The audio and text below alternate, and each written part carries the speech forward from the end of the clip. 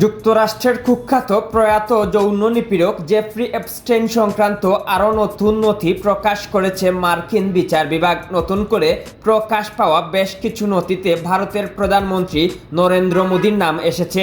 এ নিয়ে তোলপাড় শুরু হয়েছে দেশটিতে। জেরুজালেম পোস্টের এক প্রতিবেদনে বলা হয়, যেসব ইমেইল নথিতে মোদির নাম রয়েছে সেখানে 2017 সালে তার ইসরায়েলের সফরের প্রসঙ্গ উল্লেখ আছে।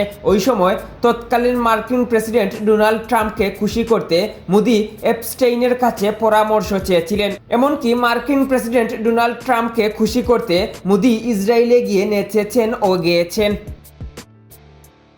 নথি অনুযায়ী এপস্টেইন নিজের ওই ইমেইলে লিখেছেন যে তিনি মোদিকে ইসরায়েল সফরে পরামর্শ দেন এবং এতে ট্রাম্প সন্তুষ্ট হবেন বলেও জানান তিনি।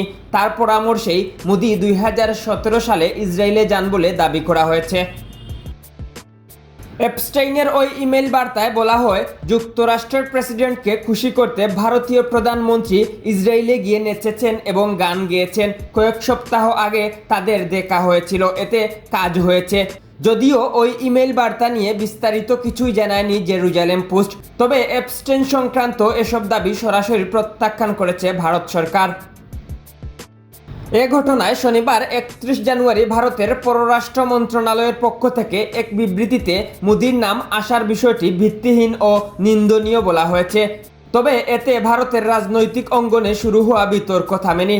দেশটির প্রধান বিরোধী দল কংগ্রেস বলেছে, এপস্টেইনের নথিতে মোদির নাম থাকাটা জাতীয় লজ্জা। ভারতের পররাষ্ট্র মন্ত্রণালয়ের মুখপাত্র রণধীর জয়সওয়াল শনিবার এক ভিডিও বিবৃতিতে বলেন, প্রধানমন্ত্রী মোদির নাম উল্লেখ থাকার দাবি পুরোপুরি ভিত্তিহীন ও নিন্দনীয়। তার মতে এর বিশ্বাসযোগ্যতা নেই, এগুলো সরাসরি প্রত্যাখ্যান করা উচিত। তবে সমালোচনায় সরব হয়েছে কংগ্রেস সহ ভারতের বিরোধী পক্ষ। এ ঘটনায় আরও স্পষ্ট ব্যাখ্যা চাওয়া হয়েছে। ইন্টারন্যাশনাল ডেস্ক, আধুনিক কাগজ।